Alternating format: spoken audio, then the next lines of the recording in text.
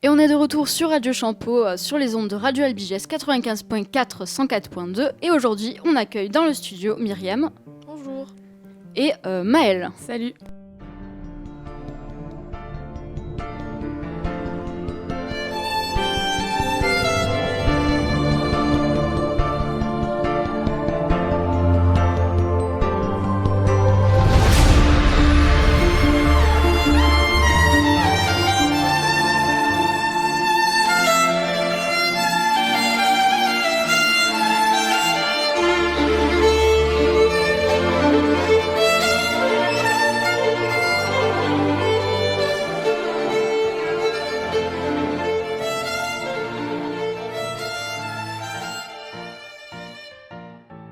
Vous venez d'écouter Element de Lindsey Sterling. On est de retour au studio avec Myriam et Maëlle qui font partie de l'association Caméo.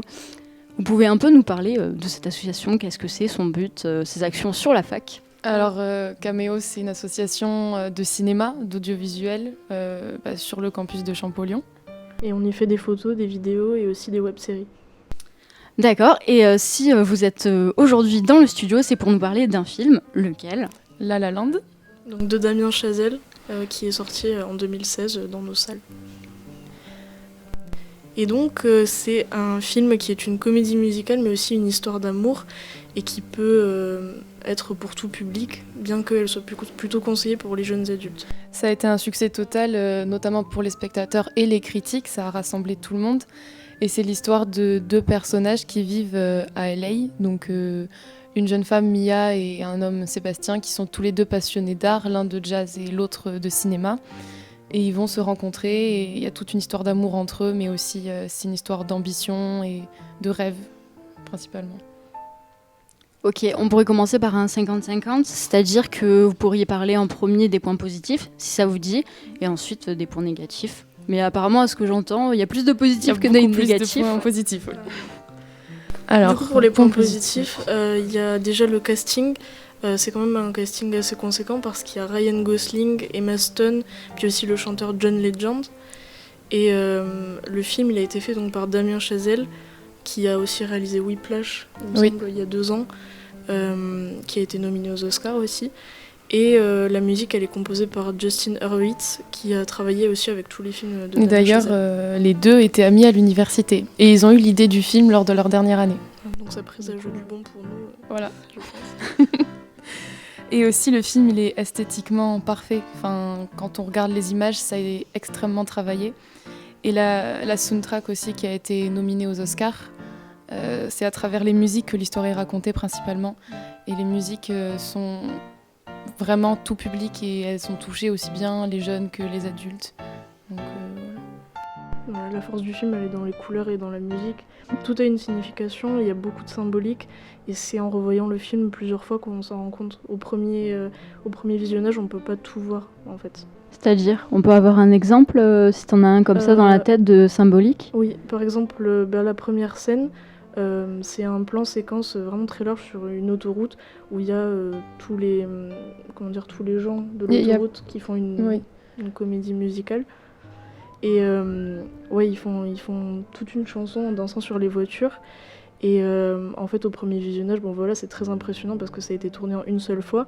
Mais ensuite, en revoyant le film, on se rend compte qu'il y a beaucoup d'influences, notamment des parapluies de Cherbourg et aussi des Demoiselles de Rochefort, au niveau des couleurs et au niveau de la musique. Et d'ailleurs, cette scène sur l'autoroute, elle est très symbolique. Elle représente justement aujourd'hui la concurrence qu'il y a à Hollywood. C'est plein de jeunes personnes qui veulent réussir et ils se retrouvent là...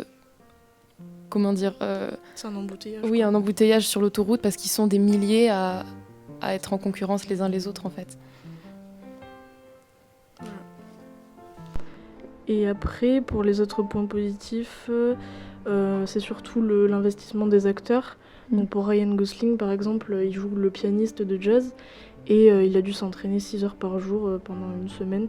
Donc il a tout appris par cœur, il n'y a aucune doublure pour son piano en fait, il joue tout seul. Ah ouais, du coup il a dû apprendre à jouer du piano ou il connaissait quand même? Il avait quelques bases, mais vraiment il a dû tout apprendre sans doublure. Wow. Voilà. Et aussi je pense qu'Emma Stone, ça a été un bon choix pour le rôle, parce qu'à la base c'est Emma Watson qui devait prendre le rôle de Mia. Une autre Emma. Et elle jouait dans La Belle et la Bête. Du coup, elle a refusé, c'est Emma Stone qui a pris le rôle. Et elle-même, elle est arrivée à LA quand elle était jeune pour devenir actrice. Du coup, ça reprend un peu son histoire aussi. Et il faut savoir qu'Emma Stone, elle a eu beaucoup de rôles de femmes inspirantes, notamment dans La Couleur des sentiments, où elle joue Miss Skeeter. Beaucoup ces jeunes femmes qui veulent réussir et qui sont pleines de rêves et d'ambition. Et du coup, Emma Stone, elle incarne un peu un genre de moteur pour les jeunes femmes d'aujourd'hui aussi. Voilà. Et après aussi, au niveau de la réalisation, toujours, c'est quelque chose de très... comment dire ? Ça a l'air brouillon et puis très chaotique, mais en fait tout est maîtrisé à chaque fois. Tous les plans de caméra sont maîtrisés, donc tout a une symbolique. Vous avez fini d'en dire du positif. Voilà. On pourrait en dire longtemps, mais... C'est la meilleure partie, mais on pourrait peut-être en dire un peu des points négatifs. Il y en a quelques-uns quand même, oui. On les a cherchés. Et puis ce qui revient surtout, c'est peut-être les clichés. Parce que quand on arrive, qu'on n'a pas vu le film et qu'on entend que c'est une comédie musicale et aussi une histoire d'amour, on peut être bloqué et se dire ça va pas me plaire parce que c'est très cliché.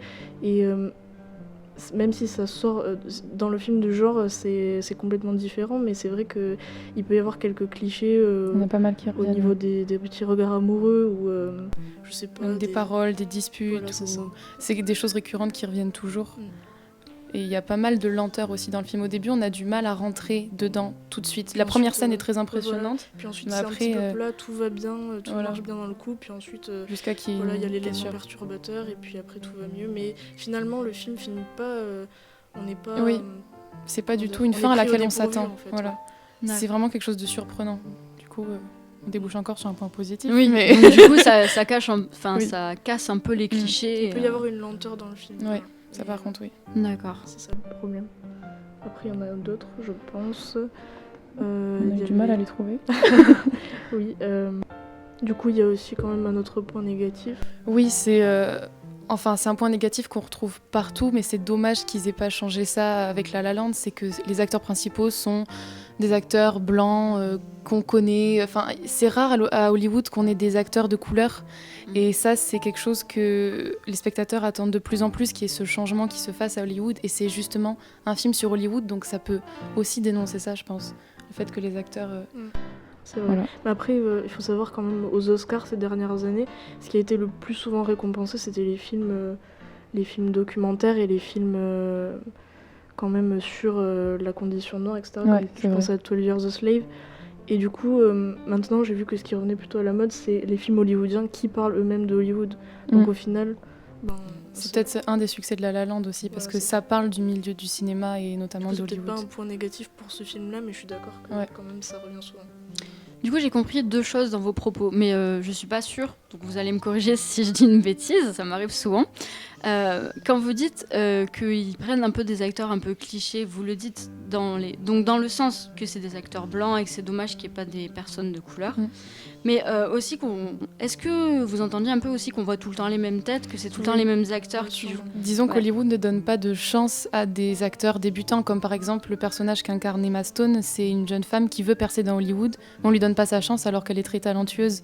Et Hollywood, c'est toujours ce même cercle de personnes que tout le monde connaît. D'accord, surtout là, quand même, les acteurs qu'il a choisis pour le casting, c'est des icônes de la pop culture. Je veux dire, Ryan Gosling et Emma Stone, voilà, on les revoit assez souvent, puis ils ont des rôles qui sont pas si différents de ceux-là quand même. C'est les rôles d'amoureux transis. D'accord.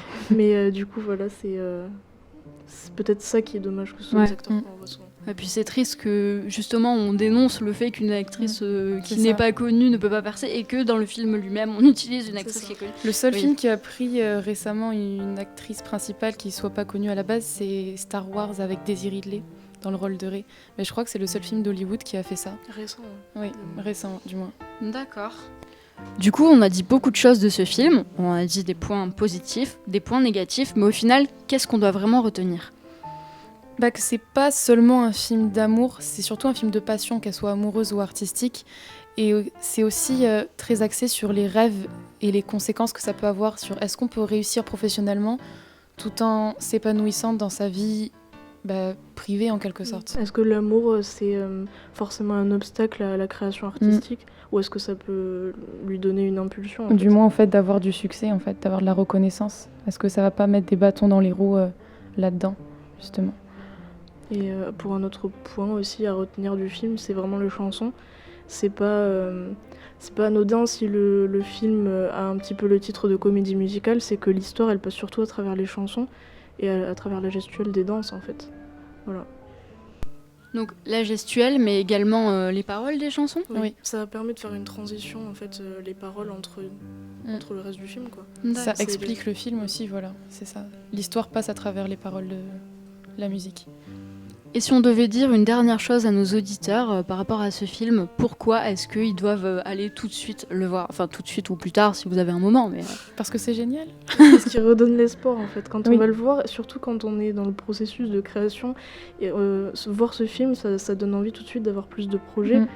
Puis ça donne envie de rendre ses rêves réalité et d'aller de l'avant. Et c'est un film inspirant, en fait. C'est pour ça qu'il est conseillé aux jeunes adultes, surtout. Ouais. En tout cas, ça donne envie. Personnellement, je ne l'ai pas vu, du coup, ça me donne vraiment envie de le regarder. Instant promo. Que se passe-t-il chez les Caméos ? Partie de l'association Caméo, on est au Ludique, le bar Le Ludique, le jeudi 16 pour un quiz cinéma. Voilà, venez nombreux car il y a des crêpes déjà et ensuite il y a des records à battre. Donc voilà, si vous voulez prendre votre revanche ou que vous voulez tout simplement faire de votre mieux et montrer que vous êtes un cinéphile, alors je vous en prie, venez, vous êtes accueillis avec vous serez les bienvenus. Voilà, c'est ça. Merci beaucoup Myriam et Maëlle d'être venus. Repassez quand vous voulez au studio et on se quitte sur le son de... Alors, Another Day of Sun de la soundtrack de La La Land, justement.